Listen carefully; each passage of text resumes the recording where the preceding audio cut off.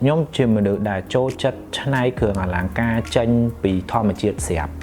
nhưng có nhóm trong bài cần do cả chúc mà thơ mà đòn bộ đại sa ca chúc có ắt là một trong mùi nông bắp này bao giờ đại chia bột sát na đại lời tam vọt ở ram rồi còn lời tam prang và sát tay tại miền chấm lạp ca chúc trên đấy bộ dương mình khoản tại miền sầm mặt việc khôn ca chăn ai vậy bộ dương miền sầm mặt việc khôn caผลิต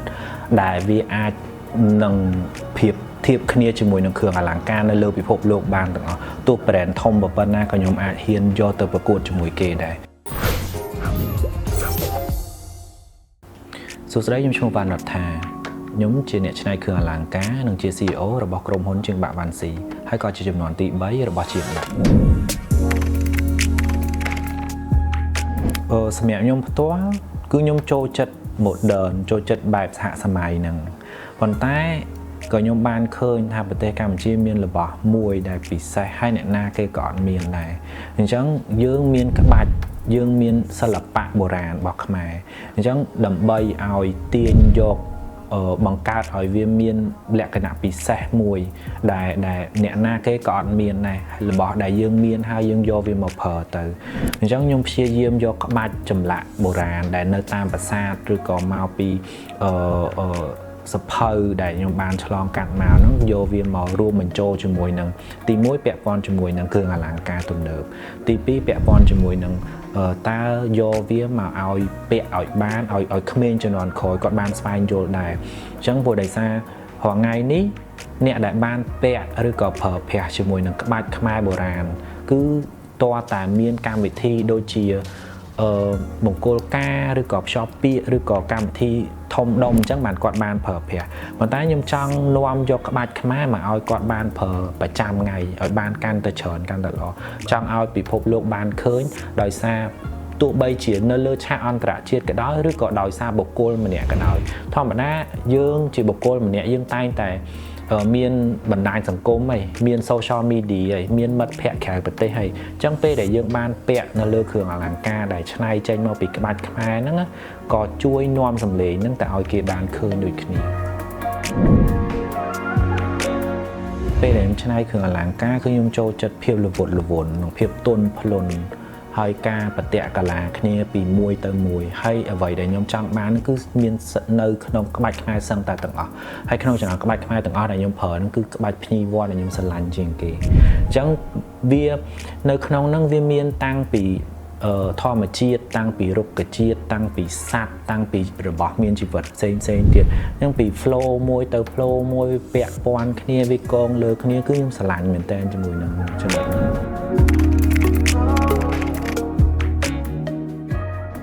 สมัยคอลเลกชันปากาชุกตั้งปีดาวม้าคือยมเนื้อสนัดจมูกปากาชุกชอนพลายชุกก็โจจัดยำปากาชุกก็เคยซังตารวัสลให้ดอกเปไงมุ้ยให้ยมจิมมาดูได้โจจัดชนายเครื่องอลังการจันปีทอมาเจียดเสียบยังก็ยมจังใบกันนัดโยปากาชุกมาเฟิร์มาดองพอได้ทราบการชุกก็อัดหมดจมูกหนึ่งไปในบ่อเยือกได้เชียปดศาสนาได้เดินตามวัดอารามหรือก็เดินตามปรางประสาทใต้แต่เมียนจำหลับการชุกเช่นนั้น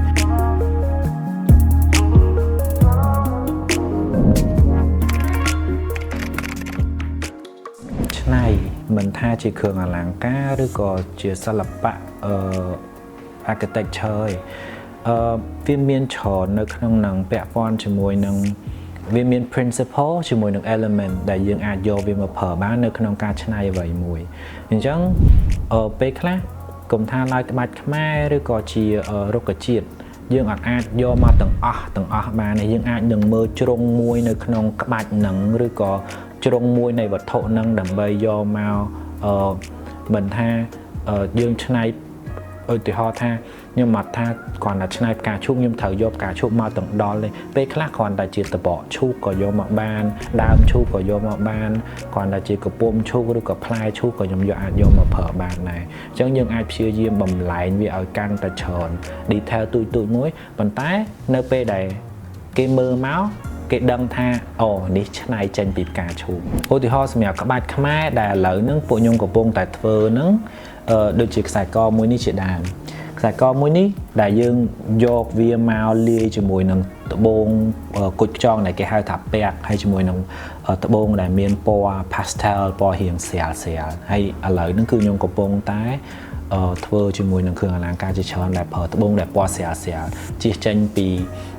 ធម្មតាយើងតែងតែប្រើពណ៌ត្បូងពណ៌ដិតដូចជាកណ្ដៀងបឬក៏មរកតអីចឹងទៅខ្ញុំចាប់ផ្ដើមប្រើជាមួយនឹងត្បូងដែលមានពណ៌ស្រាលវិញសម្រាប់កវលមកគូនេះវិញពួកខ្ញុំប្រើក្បាច់ភ្ញីទេសបូកជាមួយនឹងក្បាច់តបកឈូកហើយក៏នៅក្នុងហ្នឹងក៏លាយជាមួយនឹងផ្លែឈូកមួយចំណែកទូចនៅក្នុងហ្នឹងដែរដោយឡោមដោយកដាហ្នឹងយើងប្រើត្បូងអាខ្វាម៉ារីនហើយ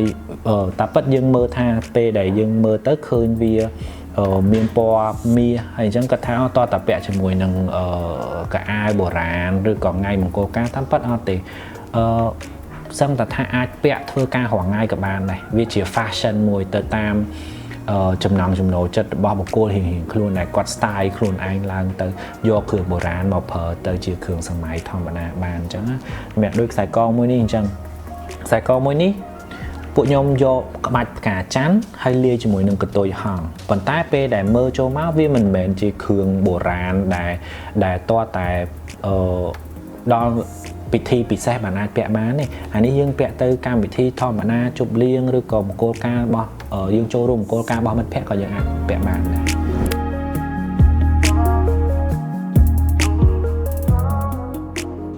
តាំងពីដើមមកខ្ញុំតែងតែចង់រៀនក្បាច់ខ្មែរមែនតើហើយខ្ញុំមិនដឹងទៅរៀននៅណាទេខ្ញុំក៏សួរគេច្រើនណាស់គេថាអានឹងតទៅរៀននៅសាលាវិចិត្រសិល្បៈដើម្បីបានហើយខ្ញុំក៏អត់មានឱកាសដើម្បីចូលរៀនហើយរហូតដល់សួរគេសួរឯងរហូតទៅក៏បានដឹងថាមានសភៅរៃយមដែលនៅក្នុងសភៅហ្នឹងបង្រៀនអំពីក្បាច់ខ្មែរបង្រៀនអំពីការគូរក្បាច់គ្រប់ប្រភេទដែលយើងមានដូចជាភ្ញីទេសភ្ញីវល្លិផ្កាច័ន្ទក្បាច់អង្គរក្បាច់ត្បកឈូកអីចឹងទៅហើយតាំងពីដើមមកខ្ញុំធ្លាប់តែឃើញក្បាច់ហ្នឹងនៅប្រាសាទប៉ុន្តែ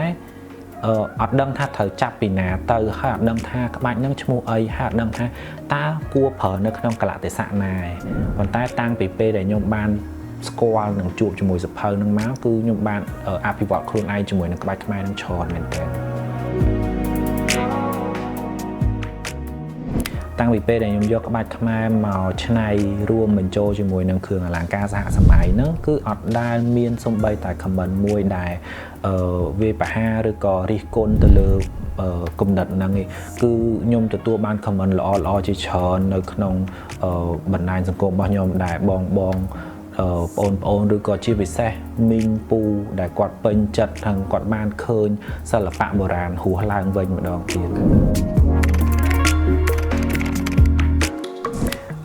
ជាងបាក់វ៉ាន់ស៊ីគឺកើតចេញមកពីជាងបាក់បូកជាមួយនឹងវ៉ាន់ស៊ីអញ្ចឹងជាងបាក់គឺជាលោកតាខ្ញុំគាត់ចាប់ផ្ដើមនៅក្នុងវិស័យគ្រឿងអលង្ការហ្នឹងគឺតាំងពីឆ្នាំ1948ដែលគាត់ជាកូនកំព្រាម្នាក់ដែលបានគេយកទៅចិញ្ចឹមហើយក៏បានឲ្យរៀនធ្វើជាជាងតងហើយគាត់ក៏គ្រាន់តែជាជាងតងម្នាក់តស៊ូរហូតមកហើយក៏ចាប់មានគ្រួសារក៏មានកូនហើយគាត់ក៏បានបង្រៀនកូនបន្តមកទៀតឲ្យខ្លាយទៅជាជាងតងទាំងអស់គ្នាអញ្ចឹងបន្ទាប់មកក្នុងចំណោមកូនរបស់គាត់ទាំង9នាក់នៅក្នុងហ្នឹងប៉ារបស់ខ្ញុំម្នាក់នៅក្នុងហ្នឹងដែរហើយគាត់ជាកូនទី5តាមពិតទៅអាជីពមួយនេះគឺកើតចេញមកតាំងពីពេលដែលខ្ញុំកើតអញ្ចឹងខ្ញុំវានៅក្នុងអំឡុងឆ្នាំ94 95ហ្នឹងឯងហើយគាត់ណាវាចាប់ផ្ដើមមានជាហាងដែលមានយីហោហ្នឹងគឺនៅពេលដែលខ្ញុំ move មកផ្លូវ200នេះទេដែលយើងចាប់ដាក់ឈ្មោះថាជាងបាក់វ៉ាន់ស៊ីពីមុនយើងគ្រាន់តែជាគ្រួសារមួយដែលផលិតគ្រឿងអលង្ការមានតែគេឈ្មោះតែគេអត់ស្គាល់មានតែគេស្គាល់តែអត់មានគេឈ្មោះអញ្ចឹងអាហ្នឹងគឺអីដែលគេក៏កើតមកដល់ជាងបាក់វ៉ាន់ស៊ីប៉ុន្តែជាងបាក់វ៉ាន់ស៊ីមួយតែសម្រាប់ខ្ញុំគឺខ្ញុំមើលឃើញផ្លូវផ្សេងដែលចាក់ចេញពីបែបបទ traditional របស់អ្នកផលិតគ្រឿងអលង្ការហើយតាំងពីទូចមកគ្រួសារតែងតែសង្ឃឹមថាខ្ញុំនឹងក្លាយទៅជាជាងតងម្នាក់នៅក្នុងចំណោមជាងតងដែលពួកគាត់រំពឹងហើយបងខ្ញុំដែលគាត់ចដូនមួយដែលគាត់អាយុច្រើនជាងខ្ញុំដែលគាត់ដើរមុនក៏គាត់សិតតែចាប់អាជីពនឹងទាំងអស់គ្នាសម្រាប់ខ្ញុំអត់ចូលចិត្តធ្វើការអង្គុយមកកន្លែងនេះហើយក៏ខ្ញុំអត់ចូលចិត្តធ្វើតាមគេហើយខ្ញុំក៏អត់សូវជា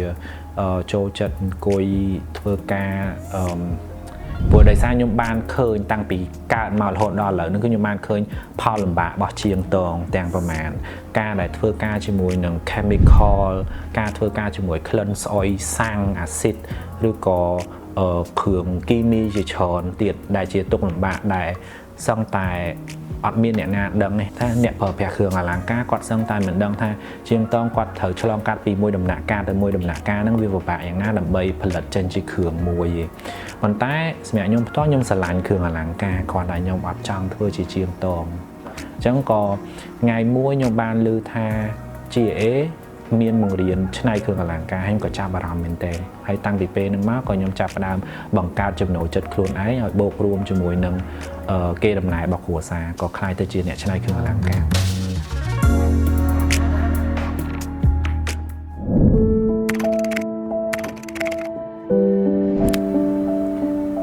ខ្ញុំគាត់ចង់ប្រាប់គាត់ថាអ្វីដែលគាត់បានតស៊ូអស់មួយជីវិតរបស់គាត់ហ្នឹងគឺបានសម្រេចហើយកូនចៅរបស់គាត់ឥឡូវហ្នឹងគឺគេស្គាល់អស់ហើយនៅក្នុងប្រទេសមួយទាំងមូលហើយអីដែលខ្ញុំស្ដាយបំផុតហ្នឹងគឺជីវិតដ៏លំបាកវេទនារបស់គាត់ក៏អត់ទាន់មានឱកាសហើយសុខសំបីតែមួយថ្ងៃគឺខ្ញុំអត់ដែលជួបមនុស្សណាដែលកំសត់ដូចគាត់ទេអីក៏គាត់ជួបដែរហើយខ្ញុំអ្វីដែលខ្ញុំបានធ្វើម្ដងថ្ងៃហ្នឹងមិនបានមកចំណិតដែលគាត់បានលះបង់មកឲ្យគ្រួសារមួយហ្នឹង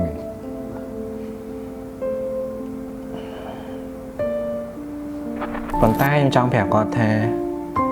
នេះគាត់ទៅជាចំណុចផ្ដើមឯងចាំមើលចៅធ្វើឲ្យខ្លាំងជាងនឹងទៀតក្រៅពីអាជីពបច្ចុប្បន្នហ្នឹងគឺខ្ញុំអត់ទាន់បានគិតថានឹងចង់ចាប់យកជំនាញអីផ្សេងនៅឡើយទេប៉ុន្តែក្រៅពីការងារដែលខ្ញុំកំពុងធ្វើរាល់ថ្ងៃនេះគឺខ្ញុំមានមូលនិធិមួយដែលបង្កើតឡើងនៅក្នុងឆ្នាំហ្នឹងដូចគ្នាគោលបំណងចង់ជួយទៅកុមារកំព្រាកុមារដែលខ្វះភាពកក់ក្ដៅនៅក្នុងប្រទេសយើងហើយមូលនិធិហ្នឹងមានឈ្មោះថាមួយជំហានម្ដងក្នុងគោលបំណងចង់ជួយកុមារម្ដងម្នាក់ហើយនឹងសង្ឃឹមថានឹងកាត់បន្ថយកុមារដែលកំសត់អត់បដាឪពុកដូចជាលោកតាខ្ញុំអញ្ចឹងខ្ញុំបានទៅតាំងពិព័រណ៍គ្រឿងអលង្ការនៅហុងកុងដែលជាតាំងពិព័រណ៍មួយធំជាងគេក្នុងចំណោមតាំងពិព័រណ៍គ្រឿងអលង្ការទាំងអស់លើពិភពលោកហើយខ្ញុំទៅនឹងតាំងពីខ្ញុំអាយុ7-10ឆ្នាំមកដល់ឥឡូវវាជាង10ឆ្នាំហើយខ្ញុំតែងតែឃើញការអភិវឌ្ឍពីគ្រឿងអលង្ការពីមួយជំហានហើយពីមួយដំណាក់កាលទៅមួយដំណាក់កាលនៅក្នុងនឹងដែរខ្ញុំមើលឃើញថាគេធ្វើបានមានក្រុមហ៊ុនខ្លះគឺវ៉ាវគឺខ្លាំងតែមានក្រុមហ៊ុនមួយចំនួនធំហ្មងតែខ្ញុំមើលហើយខ្ញុំឃើញថាពួកយើងក៏ធ្វើបានដែរពួកយើងធ្វើបានល្អជាងនឹងទៀតពួកយើងធ្វើបានស្អាតជាងនឹងតែហេតុអីបានយើងនៅតែក្នុងស្រុកហេតុអីក៏មិនយករបស់ដែលយើងអាចធ្វើបាននេះធនធានរបស់យើងនេះទៅបង្ហាញឲ្យគេឃើញថាខ្មែរក៏មានសមត្ថភាពដែរខ្មែរក៏មានធនធានល្អដែរមុននឹងឈានទៅដល់ចំណុចហ្នឹងតើតាយើងនៅក្នុងស្រុកឲ្យតម្លៃគ្នាទៅវិញទៅមកដែរពួកខ្ញុំព្យាយាមបង្កើតគំនិតថ្មី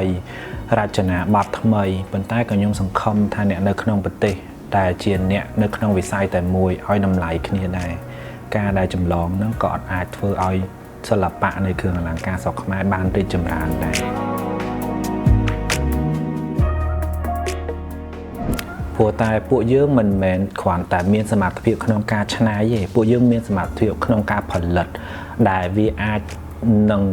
ភាពធៀបគ្នាជាមួយនឹងគ្រឿងអលង្ការនៅលើពិភពលោកបានទាំងអស់ទោះ brand ធំប៉ុណ្ណាក៏ខ្ញុំអាចហ៊ានយកទៅប្រកួតជាមួយគេដែរតាំងពីសមត្ថភាពនៃការផលិតតាំងពីភាពច្នៃប្រឌិតទាំងអស់បើសិនជាឲ្យពេលវេលាខ្ញុំហើយនឹងធនធានស្មើគ្នាជាមួយនឹង brand ធំណាមួយក៏ដោយក៏ខ្ញុំហ៊ានដែរទៅប្រកួតមួយអ្នកណាគេក៏បានដែរសម្រាប់ខ្ញុំដើរមកដល់ចំណុចនេះខ្ញុំទុំតែប្រឡូកចូលហ្នឹងខ្ញុំទុំតែចូលបាន បើសិនជាខ្ញុំធ្វើការពីក្រោយខ្នងគឺបាន5ឆ្នាំហើយដែលខ្ញុំមកកាន់តំណែងជាCEO នៅក្នុងក្រុមហ៊ុនហ្នឹងប៉ុន្តែខ្ញុំអត់ទាន់បានធ្វើការពេញដៃរហូតមកដល់ឆ្នាំ2025នេះបាទខ្ញុំទុំតែចាប់ផ្ដើមធ្វើការពេញដៃហើយខ្ញុំពេញចិត្តនៅសមិទ្ធផលដែលខ្ញុំបានទទួលនៅក្នុងអំឡុងឆ្នាំ2025ហ្នឹងមែនទែនហើយវាគ្រាន់តែជាជំហានដំបូងទេខ្ញុំក៏មិនដឹងថាវានឹងឈានបានទៅដល់ណាដែរប៉ុន្តែគោលដៅហ្នឹងក៏អត់ឈប់ដែរលុះត្រាតែគេស្គាល់ខ្មែរ